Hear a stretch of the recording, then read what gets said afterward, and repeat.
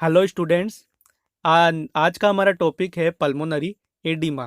Last topic हमने पढ़ा था कॉर्पो पल्मोनल या पल्मोनरी हार्ट डिजीज। सो इसकी डेफिनेशन की बात करें तो it is the condition in which fluid accumulation take place in the tissue and air space of lungs. यानी कि ये एक ऐसी कंडीशन है जिसमें जो लंग्स होते हैं, लंग्स की जो टिश्यूज है और जो एयर स्पेस है, एयर स्पेस क्या होता है, जो एल्वियोलाई होते हैं। ठीक है। तो अगर ये एल्वियोलाई और लंग टिश्यूज में अगर फ्लूइड एक्यूमुलेट हो रहा है, फ्लूइड का एक्यूमुलेशन हो रहा है, तो उस कंडीशन को क्या बोलते हैं? Pulmonary oedema.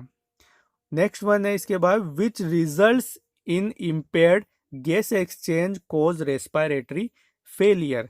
अगर जो एल्वियोलाई और जो लंग टिश्यूज अगर इनमें फ्लूइड भरने लग जाएगा तो क्या होगा कि जो गैस एक्सचेंज की प्रोसेस है, यानी कि जो ऑक्सीजन और CO2 का जो एक्सचेंज होता है वो क्या होगा, रुक जाएगा, इम्पेयर्ड हो जाएगा। और अगर गैस एक्सचेंज इम्पेयर्ड हो जाएगा तो क्या कंडीशन देखने को मिलेगी? Respiratory failure. So do you understand क्या होता है पल्मोनरी एडिमा? लंग्स में फ्लूइड भर जाना, जो एल्वियोलाई है, जो टिश्यूज है लंग्स, उनमें फ्लूइड भर जाने की वजह से क्या होगा, गैस एक्सचेंज इम्पेयर्ड हो जाएगा। और अगर गैस एक्सचेंज इम्पेयर्ड होगा तो क्या रिजल्ट देखने को मिलेगा? Respiratory failure. अब बात करते हैं इसकी कोजेस की, तो इसमें क्या क्या कोज हो सकती है जिस वजह से पल्मोनरी एडिमा हो सकता है। फर्स्ट वन है impaired pulmonary circulation, like example pulmonary valve disease. जो पल्मोनरी वाल्व्स है अगर उनमें स्टीनोसिस हो जाए या किसी तरह की प्रॉब्लम हो जाए तो क्या होगा, जिस वजह से आगे फ्लूइड या ब्लड का सर्कुलेशन नहीं हो पाएगा, रुक जाएगा। ठीक है, जिस वजह से पल्मोनरी सर्कुलेशन इम्पेयर्ड हो जाएगा। तो अगर जो लंग्स और हार्ट के बीच में जो पल्मोनरी सर्कुलेशन है वो अगर रुक रहा है, इम्पेयर्ड हो रहा है, तो उस वजह से क्या होगा कि लंग्स में ब्लड जमा होने लग जाएगा या फ्लूइड एक्यूमुलेट होने लग जाएगा। ठीक है, तो ये फर्स्ट कॉज हो गई। सेकंड वन है लेफ्ट वेंट्रिकुलर फेलियर। तो जो लेफ्ट वेंट्रिकल होता है उसका काम क्या होता है? पूरी बॉडी में ब्लड को सर्कुलेट करना, यही काम होता है लेफ्ट वेंट्रिकल का। बट मान लो अगर लेफ्ट वेंट्रिकल ही फेल हो जाए, जैसे ये हार्ट के 4 चैम्बर हो गए, ये जो लेफ्ट वेंट्रिकल है अगर ये क्या करता है, पूरी बॉडी में एरोटा से ब्लड फ्लो करता है, बट अगर यहाँ पे ये फेल हो जाए लेफ्ट वेंट्रिकल, तो क्या होगा कि जो भी ब्लड इसमें आएगा वो वापस से बैक फ्लो होगा। बैक फ्लो होके जो पल्मोनरी वेन से, पल्मोनरी वेन से वापस कहाँ चला जाएगा? पल्मोनरी सर्कुलेशन में। और पल्मोनरी सर्कुलेशन से कहाँ जाएगा? लंग्स के अंदर। ठीक है। क्यों? क्योंकि यहाँ पे लेफ्ट वेंट्रिकुलर फेलियर हो गया है, जिस वजह से आगे ब्लड नहीं जा रहा है, जिससे यहाँ पे कंजेशन हो जाएगा। ठीक है। सो इस वजह से भी क्या कंडीशन हो सकती है? Pulmonary oedema. नेक्स्ट वन है cause external injury to lungs. अगर लंग्स में किसी तरह की इंजरी हो जाए तो उस वजह से भी वहाँ पर फ्लूइड बिल्डअप हो सकता है। नेक्स्ट वन है रीगर्जिटेशन, जैसा मैंने आपको बताया बैक फ्लो। अगर वेंट्रिकल फेलियर हो गया या जो वाल्व होता है, जो मीन्स लेफ्ट वेंट्रिकल और लेफ्ट एट्रियम के बीच में वाल्व होता है, उसमें अगर बैक फ्लो हो रहा है, ठीक है, तो उस वजह से भी क्या हो सकता है?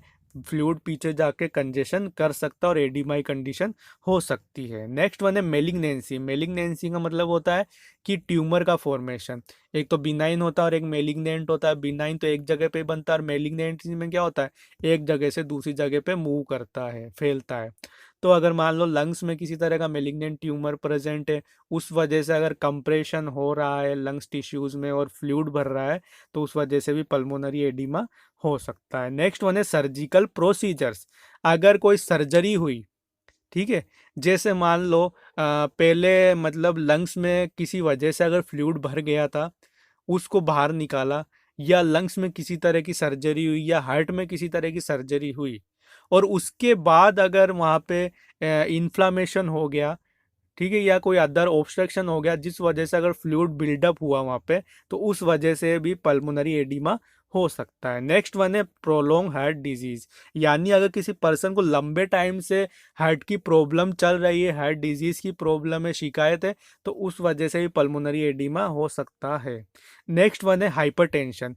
हाइपरटेंशन कंडीशन में क्या होता है कि जो ब्लड वेसल्स होती है उनमें वेसो कॉन्स्ट्रिक्शन रहता है। यही होता है हाइपरटेंशन कंडीशन में। तो अब यहाँ पे अगर मान लो कि ब्लड वेसल्स है जिनके अंदर हाइपरटेंशन है, या जो पल्मोनरी सर्कुलेशन है उसमें हाइपरटेंशन है, ठीक है, पल्मोनरी वेन्स या आर्टरीज में, जिस वजह से आगे ब्लड नहीं जा रहा है, या जो एरोटाइज के अंदर पल्म हाइपरटेंशन कंडीशन है, तो क्या होगा, ब्लड आगे मूव नहीं कर पाएगा, और वहाँ पे अगर एक्यूमुलेट होगा तो पल्मोनरी एडिमा कंडीशन एराइज होगी, ठीक है। नेक्स्ट वन है COPD, chronic obstructive pulmonary disorder. इसमें क्या होता है कि जो लंग्स की स्ट्रक्चर होती है वो डैमेज हो जाती है, लाइक जो ब्रोंकाइटिस और एम्फाइसेमा, इनमें क्या होता है, लंग्स की स्ट्रक्चर डैमेज हो जाती है, तो उस कंडीशन में भी वहाँ पर बिल्डअप हो सकता है फ्लूइड और पल्मोनरी एडिमा हो सकता है, ठीक है। सो ये कोजेस की बात हो गई। नेक्स्ट वन इसके बाद है इसके साइन एंड सिम्टम्स। तो इसमें फर्स्ट वन है dyspnoea. Most symptom, main symptom जो है वो डिस्निया देखने को मिलेगा, रेस्पिरेटरी डिफिकल्टी, क्योंकि यहाँ पे गैस एक्सचेंज नहीं हो रहा है। नेक्स्ट वन है ब्लड विथ कफिंग, यानी पर्सन जब कफिंग करेगा, खांसेगा, तो उस टाइम ब्लड आएगा, जिसके लिए टर्म क्या यूज होता है, ब्लड, अगर कफिंग में ब्लड है तो उसके लिए टर्म यूज होता है हिमोप्टाइसिस, ठीक है, ये टर्म यूज होता है इसके लिए, हिमोटाइसिस। नेक्स्ट वन है एंजाइटी, पर्सन को एंजाइटी फील होगी क्योंकि ऑक्सीजन नहीं मिल रही है, उसको सांस लेने में प्रॉब्लम हो रही है, तो एंजाइटी रहेगी। Next one shortness of breath, यानी कि ब्रीथिंग रेट जो होगी वो जल्दी हो जाएगी, ब्रीथिंग रेट इंक्रीज हो जाएगी। नेक्स्ट वन है पेरीफेरल एडिमा, जो पेरीफेरल बॉडी पार्ट्स है उनमें एडिमा कंडीशन रहेगी, क्योंकि यहाँ पे जो पल्मोनरी सर्कुलेशन में कंजेशन की वजह से जो है आगे जो मतलब ब्लड मूव नहीं कर पाएगा, जिस वजह से जो ब्लड आगे आ रहा है वो वापस बैक फ्लो होने लग जाएगा, जिस वजह से पेरिफेरल पार्ट्स में एडिमा देखने को मिलेगा, ठीक है।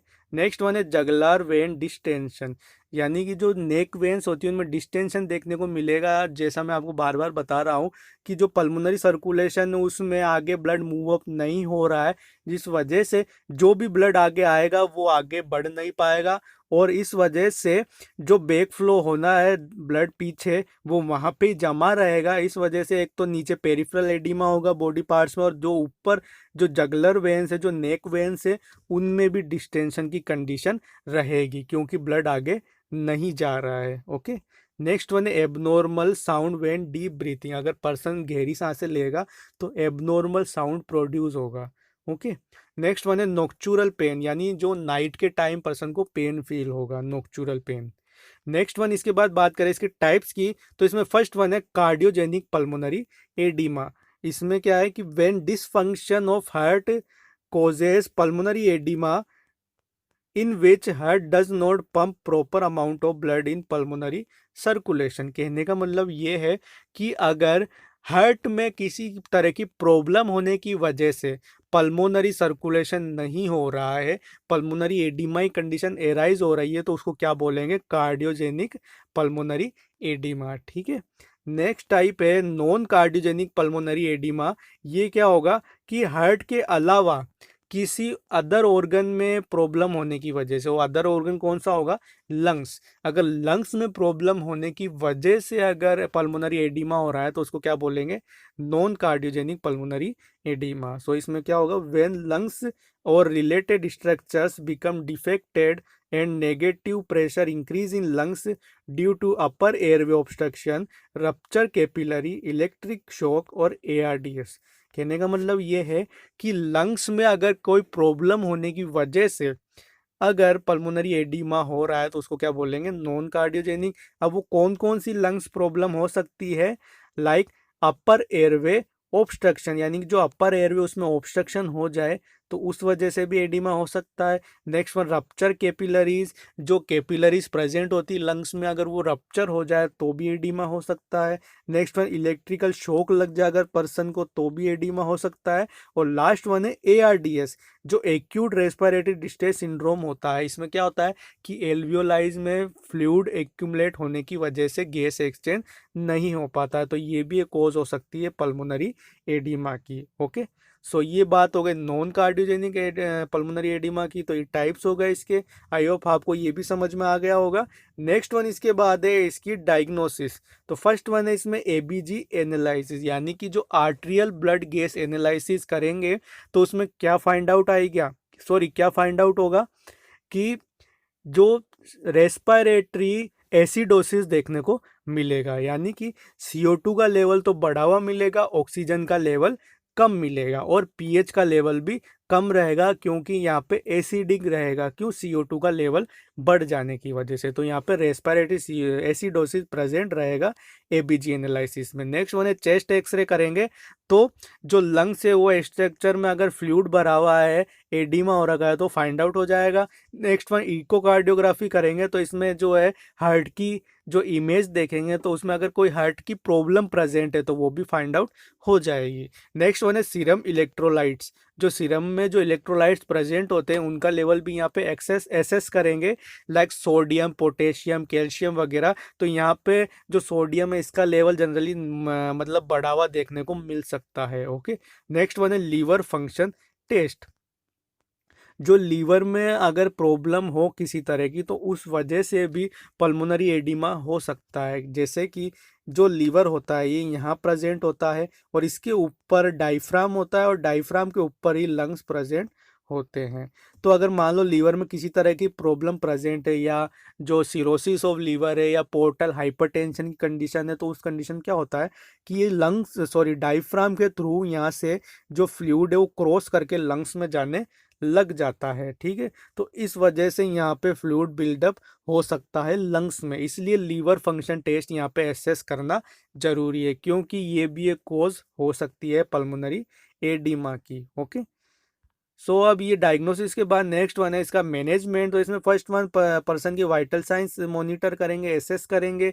नेक्स्ट वन पर्सन को ऑक्सीजन प्रोवाइड करानी है, क्योंकि वो गैस एक्सचेंज नहीं हो रहा है जिस वजह से ऑक्सीजन नहीं मिल पा रही है। नेक्स्ट वन है एंटीबायोटिक्स। अगर इन्फेक्शन प्रेजेंट है, बैक्टीरियल इन्फेक्शन, तो उसके लिए एंटीबायोटिक्स देंगे। नेक्स्ट वन है कार्डियोटोनिक्स ड्रग्स, लाइक डिजिटेलिस और डाइजोक्सिन। ये जो ड्रग्स होती हैं ये क्या करती है, हार्ट की कॉन्ट्रेक्टिलिटी को इम्प्रूव करती है, मसल्स के कॉन्ट्रैक्शन को इम्प्रूव करती है, और इस वजह से कार्डिक आउटपुट भी इम्प्रूव हो जाता है। ठीक है, तो यहाँ पे कार्डियोटोनिक ड्रग्स भी देंगे। लो लास्ट वन है मैनेजमेंट में नाइट्रोग्लिसरीन, जो एनटीजी ड्रग्स होती है, ये एंजाइना में भी दी जाती है चेस्ट पेन की कंडीशन में। ठीक है, ये ड्रग्स क्या करती है, वेसो डायलेशन करती है।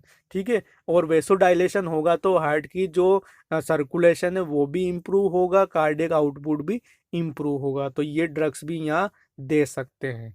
सो ये पल्मोनरी एडिमा कंडीशन हो गई। अगर आपको इसमें कोई भी प्रॉब्लम हो तो कमेंट करके पूछ लीजिए। Thank you.